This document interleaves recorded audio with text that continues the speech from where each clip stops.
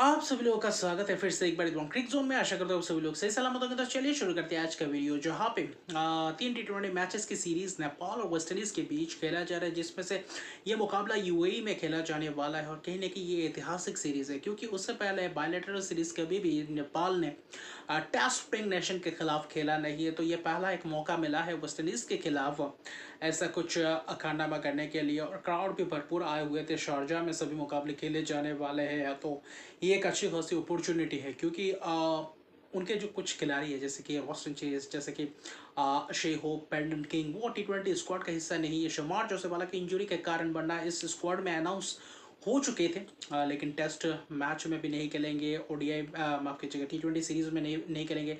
तो भारतीय टीम के खिलाफ जो खेलने वाले टेस्ट सीरीज में, तो उनके मैक्सिमम खिलाड़ी भारत पहुंच चुके हैं। लेकिन ये जो T20 स्क्वाड है, ये भी बेहतर स्क्वाड है, क्योंकि यहाँ पे होल्डर फैबियन आलन, वहाँ पे अकील हुसैन कप्तान है।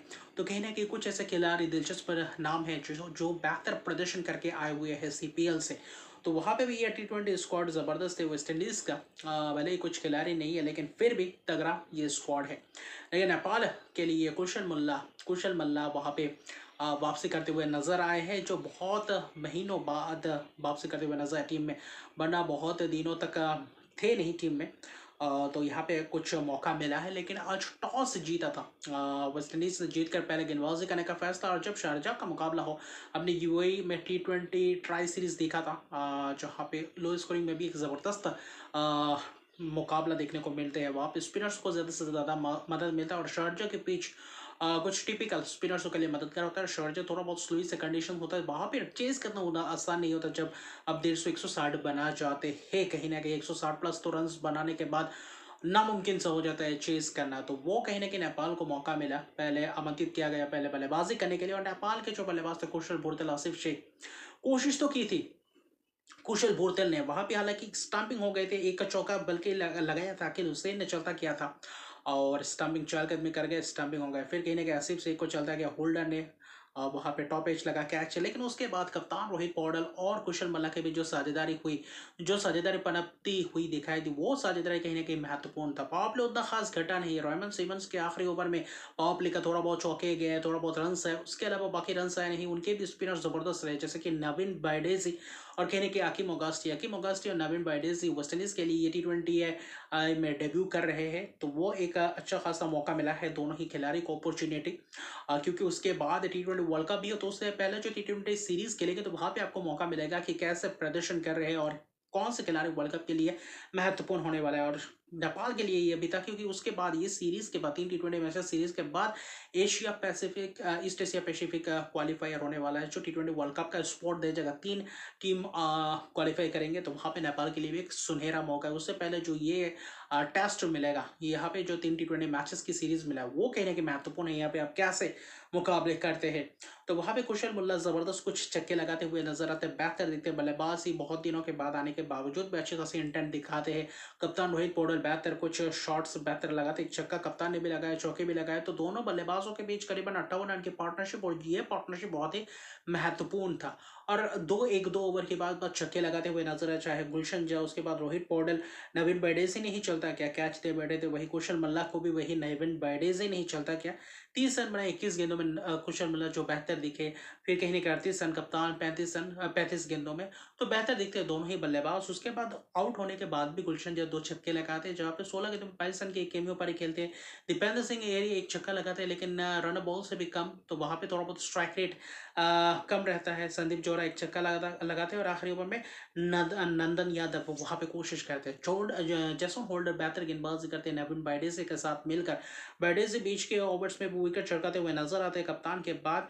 वहाँ पे कुछ जबरदस्त वही शॉट्स लगाते हुए नजर आते हैं। आखिर 5 ओवर में 40 रन, जिसके बदौलत 148 तक पहुंचे थे। और कहीं ना कहीं महत्वपूर्ण पारी खेले, 148 यानी कि सम्मानजनक स्कोर, जहां से आप पूरी तरीके से लड़ाई कर सकते हैं। जिनके पास अच्छा खासा स्पिन ऑप्शन है, जहाँ पे अच्छी खासी गेंदबाजी क्रम है, नेपाल के पास जो अच्छा खासा फाइट दे सकता है। 4 विकेट 4 ओवर 20 रन देकर जसन होल्डर, उनके साथ साथ अकील हुसैन कप्तान, 4 ओवर 18 रन 1 विकेट, जबरदस्त। आज कैचेस भी कुछ जबरदस्त पकड़े। वहाँ पे भी एक वहाँ पे खासतौर पे देखें तो नवीन बाइडेजी डेब्यूटेंट, 4 ओवर 29 रन 3 विकेट। तो वहाँ पे गेंदबाजों ने अच्छा खासा अपना काम करके दिखाया था, जैसे कि जैसन होल्डर सीपीएम में जो प्रदर्शन करे थे वही इस मुकाबले में वही एक्सपीरियंस चौंकते हुए नजर आए और वहाँ पे कोशिश भी जबरदस्त था। 19वें ओवर में वहाँ पे एक ही ओवर में 3 विकेट चटकाए थे। वहाँ पे अगले मैच में जब आएंगे वहाँ पे हैट्रिक के मौके में रहेंगे। कैचेस जबरदस्त पकड़े, काइल मेयर्स ने भी कुछ जबरदस्त उन द कैचेस पकड़ते हुए नजर आए। तो नेपाल ने भी वही इंटेंट के साथ बल्लेबाजी किया। बीच के ओवर्स में बेहतर रन रेट था जिसके कारण 148 तक पहुंचना संभव हो पाया। लेकिन जो चेज था 149 रन का, ऐसा लग रहा था कि क्या ये वेस्टइंडीज आसानी से चेज कर जाएंगे, क्योंकि कायल में और समीर जंगू जैसे खिलाड़ी है जो सीपीएल में हर कोई बल्लेबाज अच्छा खासा प्रदर्शन करके आए हुए थे इस मैच में खेलने के लिए। तो वहाँ पे मौका था। हालांकि दीपेंद्र सिंह एरी से शुरुआत किया लेकिन करण कैसी वहाँ पे रनआउट होते हैं काइल मेयर से। वहाँ पे जबरदस्त वो थ्रो कुशल भुरतेल द्वारा, तो वहाँ पे जबरदस्त वो विकेट काइल मेयर्स का मिलता है। तो वहाँ पे वो विकेट्स मिलना बहुत ही महत्वपूर्ण था। फिर अकीम ऑगस्टी थे, वहाँ पे कुछ छक्के जड़ते हैं और वहाँ पे आपके करण केसी के ओवर में, करण केसी कहीं ना कहीं माफ कीजिएगा सोमपल कमी के ओवर में, तो वहाँ पे भी कोशिश करते हैं। करण केसी के ओवर भी एक ही ओवर में जहाँ पे मैक्सिमाइज करने की कोशिश की है। तो वहाँ पे पावर प्ले अच्छा खासा ठीक ठाक घटा था वेस्ट इंडीज के लिए। वहाँ पे विकेट्स भी गिरे थे। नंदन यादव आते हैं, वहाँ पे विकेट चटकाते किसका, अकीम ओगास्टी का। अकीम ओगास्टी 2 छक्के लगाते, डेब्यूट एंड 15 रन बनाकर चलते बनते, अच्छा खासा दिखाते इंटेंट। लेकिन थोड़ा बहुत और पारी को लंबा करना पड़ता है, सिंगल्स डबल्स भी खेलना पड़ता है, जो आज नेपाल ने करके दिखाया वो बेहतर बल्लेबाजी। लेकिन उसके बाद जोएल एंड्रयू वो भी कुछ खास नहीं, रोहित पौडेल आते और बीच के ओवर्स में जो स्पिनर्स ने गेंदबाजी की थी, दीपेंद्र सिंह एरे, रोहित पौडेल, कुशल भुरतेल ने जो लेग स्पिन किया वहां पे कहीं ना कहीं फंसते हुए नजर आया। ललित राजवंशी एक्सपीरियंस गेंदबाज, ज्यादा ओवर्स करवाए नहीं, सिर्फ 2 ही ओवर्स करवाए, वहां पे भी पूरी तरीके से वो झांसा देते हुए नजर आते हैं। वहाँ पे रनआउट्स भी होते हैं, वहाँ पे अगिम ऑगस्टी, वहाँ पे अमीर जंगू को चलता करते हैं। ललित राजवंशी वहाँ पे 22 गेंद 19 रन, तो कुछ खास प्रदर्शन नहीं। जबरदस्त कैचेस बाउंड्री लाइन पे तो अच्छा खासा कैचेस पकड़ते हुए भी नजर आए नेपाल के फील्डर्स आज, यानी कि पूरी तरीके से स्फूर्ति से बल्लेबाजी और गेंदबाजी भी करते हुए नजर आए और साथ साथ फील्डिंग्स भी। तो कहीं ना कहीं नेपाल एक अच्छा खासा स्टैंडर्ड सेट कर रहा है। किसी कार्टी आते हैं वहाँ पे एक छक्का लगाते हैं, नवीन बैडेजे के साथ मिलकर पार्टनरशिप बनने को कोशिश करते हैं, लेकिन वहाँ पे रनआउट से, वहाँ पे थ्रो भी जबरदस्त, दीपेंद्र सिंह रिकवर से जबरदस्त डायरेक्ट थ्रो, वहाँ पे रनआउट्स, तो वहाँ पे सिंगल्स भी नहीं होते, वहाँ पे रनआउट अपना गवाते हुए दिखते हैं। तो वहाँ पे बीच बीच में रोहित पौडेल को किसी कार्टी ने छक्का लगाया, तो उसके बाद रनआउट हुए थे। वहाँ पे कुशल भुरतेल ने भी वहाँ पे विकेट चटकाते हुए नजर आए। एक महत्वपूर्ण विकेट जैसो होल्डर का मिड विकेट के दौरान वहाँ पे कप्तान रोहित पौडेल के हाथों जबरदस्त कैच, सिर्फ 5 रन बनाकर चलते बनते। नवीन बैडेजी भी कोशिश करते हुए तो नजर आते हैं, लेकिन कुछ खास नहीं, हिट विकेट हो जाते हैं। बैकफुट से पंच करने की कोशिश, सीधा पैर लगते वहाँ पे हिट विकेट। 25 गेंद में 22 रन। तो डेब्यूटेंट ने जो आज गेंदबाजी से वो जो योगदान किया वो बल्लेबाजी से करने की कोशिश थी, वहाँ पे गेंदबाजी भी बेहतर रहा, सफल भी रहे। आखिर में फैबियन एलन ने अकील हुसैन के ऊपर मौका था। अकील हुसैन 5 ओवर में करीबन 70 रन के करीब चाहिए थे। वहाँ पे 16 ओवर सोमपल कभी वहाँ पे छक्के चौके लगाते हैं, कौन वहाँ पे आपके नवीन बैडेजी लगाते हुए नजर आते हैं। फिर कुशल भुरतेल के ओवर में विकेट जाते, वहाँ पे आते ही अकील हुसैन छक्का लगाते हैं। तो फिर कहीं ना कहीं 3 ओवर में वैसे ही कुछ रन चाहिए होता है, 40-45 49 रन के करीब चाहिए होता है। वहाँ पे सोमपल कमी के ओवर में नो बॉल होता है, चौका लगाते हुए वी आर एलन, फिर कहीं ना कहीं अकील हुसैन छक्का चौका, तो उस ओवर में 19 रन आते थे।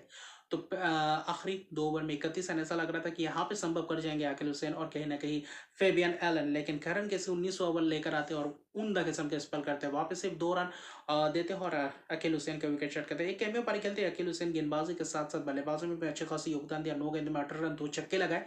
वहाँ पे एक क्रूशियल पारी खेल चुके थे। अगर वो 19 ओवर में और 8-10-12 रन आ जाते तो शायद आखिरी ओवर तक ये मैच आता और वहाँ पे कहीं ना कहीं प्रेशर हैंडल कर पाते या नहीं, लेकिन जबरदस्त आज गेंदबाजी का मुजाहरा देखा। आखिर में बस औपचारिकता ही 2 चौके लगाए थे। आखिर में फेबियन एलन को आउट करते हैं दीपेंद्र सिंह एरी और 129 पे 9 विकेट 20 ओवर के अंत तक। तो कहीं ना कहीं पार्टनरशिप से जो पनपना चाहिए था वो हुआ नहीं। इस कप्तान और कहीं ना कहीं फेबियन एलन के बीच ही हुआ 27 रन का, और वही दूसरे विकेट के लिए। तो वहाँ पे सिर्फ चौके छक्के से ही आप मैच नहीं जीत सकते, सिंगल्स डबल्स को रोटेट करना पड़ेगा, जो नेपाल के कुशल मुल्ला और कहीं ना कहीं वहाँ पे कप्तान पौडेल के बीच हुआ और यही कहीं ना कहीं फर्क दिखाई दिया। आखिर में 2 विकेट कुशल भुरतेल जो बल्लेबाजी से योगदान नहीं दे पाए, लेकिन आज फील्डिंग और गेंदबाजी से किया। 4 ओवर 17 रन 2 विकेट। वहाँ पे 1 ओवर 6 रन 1 विकेट नंदन यादव, करण कैसे उमदा किस्म के स्पेल, 3 ओवर 17 रन 1 विकेट। तो वहाँ पे रन उतना खास दिया नहीं। वहाँ पे सोमपल का में कहीं ना कहीं महंगे रहे, वरना सभी गेंदबाज जबरदस्त गेंदबाजी करते हुए नजर आया। कप्तान ने भी 1 विकेट चटकाया। कैचेस भी बाउंड्री लाइन पर जबरदस्त कैचेस, जो आखिरी कैच पकड़ा कुशल भुरतेल ने, उमदा किस्म का वो कैच था फेबियन एलन का, छक्के के लिए ये जाने वाला था, वहाँ पे कैच जबरदस्त। तो फील्डिंग ज़बरदस्त रहा, रनआउट्स भी बेहतर थे, बॉलिंग भी बेहतर था, बैटिंग भी बल्लेबाजी बेहतर था। तो कहीं न कहीं ये ऐतिहासिक जीत 19 रन से जीता ही नहीं, ये ऐतिहासिक जीत पहले ये टेस्ट प्लेइंग नेशन को हराया है टी20 में, तो ये एक 180 इंटरनेशनल टी20 मैचेस खेलने के बाद ये मौका मिला है। तो इसको कभी भूले नहीं, इस दिन को भूलेंगे नहीं, क्योंकि नेपाल के क्राउड भी भरपूर आए हुए थे, और कहीं न कहीं नेपाल के क्रिकेट को ग्रो करना पड़ेगा और बड़े-बड़े ऐसे टेस्ट प्लेइंग नेशन के खिलाफ खेलना पड़ेगा, जैसे कि भारत है, अफगानिस्तान, वहाँ पे आयरलैंड हो गया, वहाँ पे आपके जिम्बाब्वे, तो उनके खिलाफ खेलना पड़ेगा नेपाल को। और कहीं ना कहीं बांग्लादेश होगा, तो वहाँ पे आप ज़्यादा से ज़्यादा आहिस्ते आहिस्ते आप बढ़ते जाएंगे। तो वेस्ट इंडीज़ के खिलाफ एक अच्छी खासी ऐतिहासिक सीरीज टी20 सीरीज भी जीत सकते हैं अगर दूसरा टी20 ज़बरदस्त खेले, और वेस्ट इंडीज़ कैसे वापसी करेंगे वहाँ पे एक निगाहें रहेंगे, क्योंकि पोटेंशियल तो है, लेकिन वहाँ पे क्या कैसे वापसी करते हैं। लेकिन ज़बरदस्त गेंदबाजी, ज़बरदस्त बल्लेबाजी, आज नेपाल ने जो इतिहास रचा है, ये एक स्टोरी क्वीन है। ये बस शुरुआत ही है, अभी आने वाले समय में और भी ज़्यादा बहुत कुछ अचीव करने को बाकी है। और यहाँ से सबसे महत्वपूर्ण बात है, एशिया कप में आपको क्वालिफाई करने पड़ेगा, हर एक एशिया कप में, और कहीं ना कहीं हर एक आईसीसी टूर्नामेंट में अगर बड़े बड़े टीमों के खिलाफ मैचेस खेलना हो, तो वहाँ से आप इम्प्रूव ज़्यादा से ज़्यादा ला सकते हैं। और वहाँ पे सबसे पहला मोटिव होना चाहिए, पहला पहला प्रायोरिटी ये होना चाहिए कि आपको हर बड़े आईसीसी टूर्नामेंट्स के लिए क्वालिफाई करना है अपने आप को। तो अभी के लिए इतना ही। अगर मेरे चैनल को सब्सक्राइब किया तो मेरे चैनल को सब्सक्राइब कर दीजिए, लाइक शेयर कमेंट जरूर किया। तब तक के लिए गुड बाय।